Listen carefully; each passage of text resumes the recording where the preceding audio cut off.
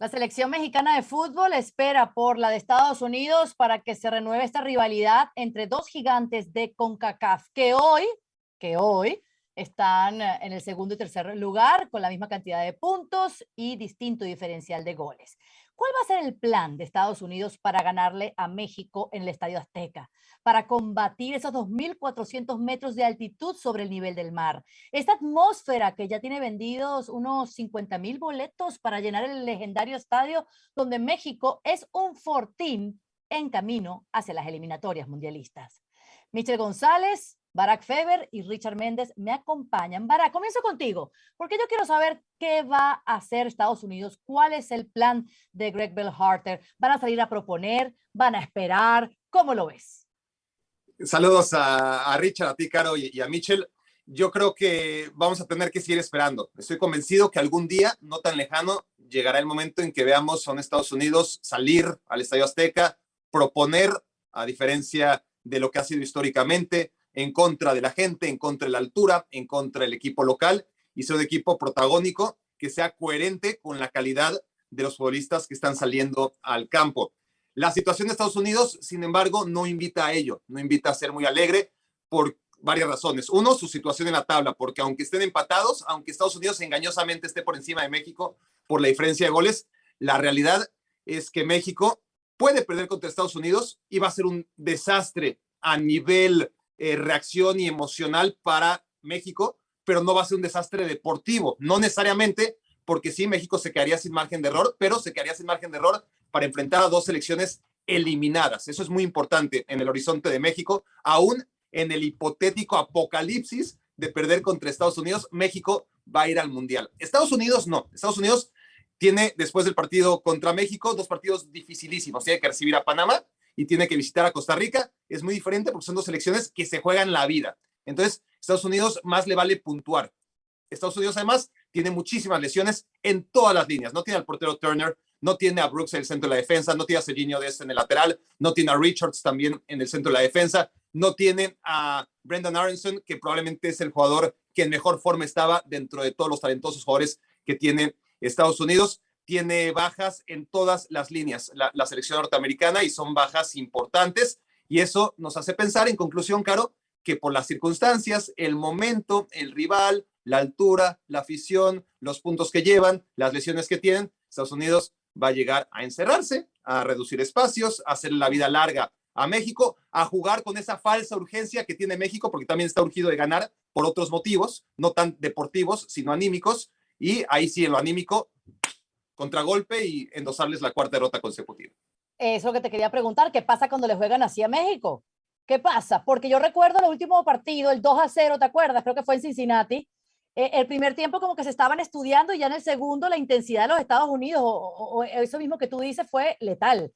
Sí, quiso tener la pelota Estados Unidos, quiso tener la pelota, pero cuando más daño suele hacer Estados Unidos es cuando no tiene tanta posesión. En el segundo tiempo acaba pasando por encima de México porque es un equipo vertical, no es un equipo que necesariamente, según recuerdo yo, haya tenido un porcentaje muy grande de pelota, pero sí que fue muy efectivo con ella, ¿no? Entonces, la posesión es estadística, pero la intención que tienes con la pelota es lo que realmente marca tendencias. Y en ese escenario, sí que después de un primer tiempo en el que Estados Unidos lo intentó, pero no fue realmente un equipo que pudiera perforar el marco ni llegar con asiduidad, de manera asidua a la portería de México. El segundo tiempo sí que lo hizo, pero claro, lo hizo en otro contexto, en otro entorno.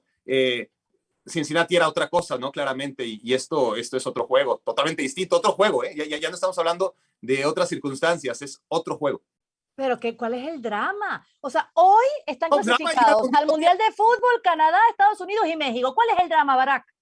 Insisto, y rápida, porque también obviamente me interesa escuchar a mis compañeros, pero el drama pasa porque después de hipotéticamente perder contra México, que es lo normal, es decir, Estados Unidos contra México en el Azteca, lo normal es que pierda. Bueno, si se da esa normalidad y no se logra esa nueva normalidad, que es que Estados Unidos le gana a México sea donde sea, porque lleva 3, pero todavía tiene que ganarle en México, le ganó un amistoso nada más. Y no se da eso, va contra la selección de Panamá, que es súper competitiva, que ya vimos lo dura que puede ser Panamá en el Estadio Azteca. ¿Por qué no lo va a hacer de visita contra Estados Unidos? Y más cuando se va a estar jugando su calificación. Y luego cerrar en San José, con los fantasmas de lo que pasó hace 4 años en Trinidad y Tobago que Estados Unidos quedó eliminado. Si Estados Unidos no logra un buen resultado contra México, no tiene margen de error y tiene 2 partidos dificilísimos para cerrar. Fin de mundo cuando vamos a ver este camino a Qatar, exacto, ese calendario de Estados Unidos, de México y de Canadá. Richard, estaba escuchando declaraciones de algunos jugadores de la selección de Estados Unidos, por ejemplo, Tyler Adams, el jugador del Leipzig, reveló que sienten nervios por ir a la Azteca y enfrentar a México. Nervios, pero no temor. Es una situación lógica en la declaración de Tyler Adams, que es, por cierto, uno de los que también anda en mejor nivel. ¿A qué me refiero yo que es normal que existan nervios? Bueno, la mayoría de estos jugadores son jóvenes y en la eliminatoria al Mundial les ha pesado los entornos de los partidos de visita. No es lo mismo jugar en la MLS o jugar en las canchas de Europa que jugar en Latinoamérica y específicamente en CONCACAF. Vimos lo que sufrió Estados Unidos, por ejemplo, para después en un gran segundo tiempo, con una gran reacción, terminar goleando a Honduras allá en San Pedro Sula. Hemos visto cómo Estados Unidos se complicaba la vida jugando en Cuscatlán. Sabemos que Estados Unidos, en esta selección donde hay tantos elementos jóvenes y que están acostumbrados a estar en un nivel de comodidad en sus partidos de cada fin de semana, que estos entornos les cuesta. Y les cuesta más tener que enfrentar, por ejemplo, a México con el factor de la altura. Lo que sí tiene Estados Unidos a su favor es que hay mucha disciplina.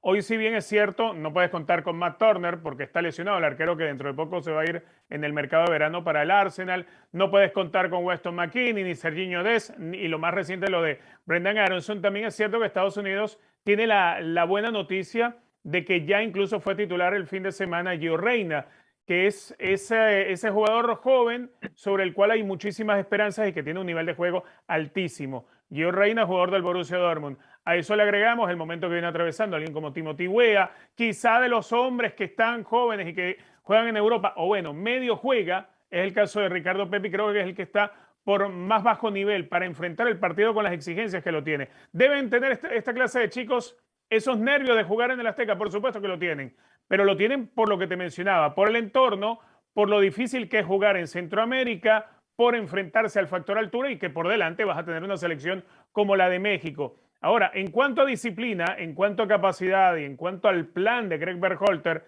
creo que eso, pues Estados Unidos podría llegar a un nivel como para manejar buen rato del partido. Estados Unidos no va a salir a proponerle a México porque no es la naturaleza ni la forma de jugar del futbolista estadounidense. El futbolista estadounidense crece de una manera distinta. Y a nivel de selección de Estados Unidos nunca ha existido una selección que trate de ir a imponer condiciones. No, el fútbol estadounidense siempre más o menos igual. Más de la velocidad, más de esperar, más de tener reacción y de ganar las espaldas al rival. Y en estas selecciones, tanto la A, la B y la C que ha armado Greg Berhalter a lo largo de todo su trabajo como seleccionador nacional estadounidense, pues se ha visto mucho más marcada esa tendencia.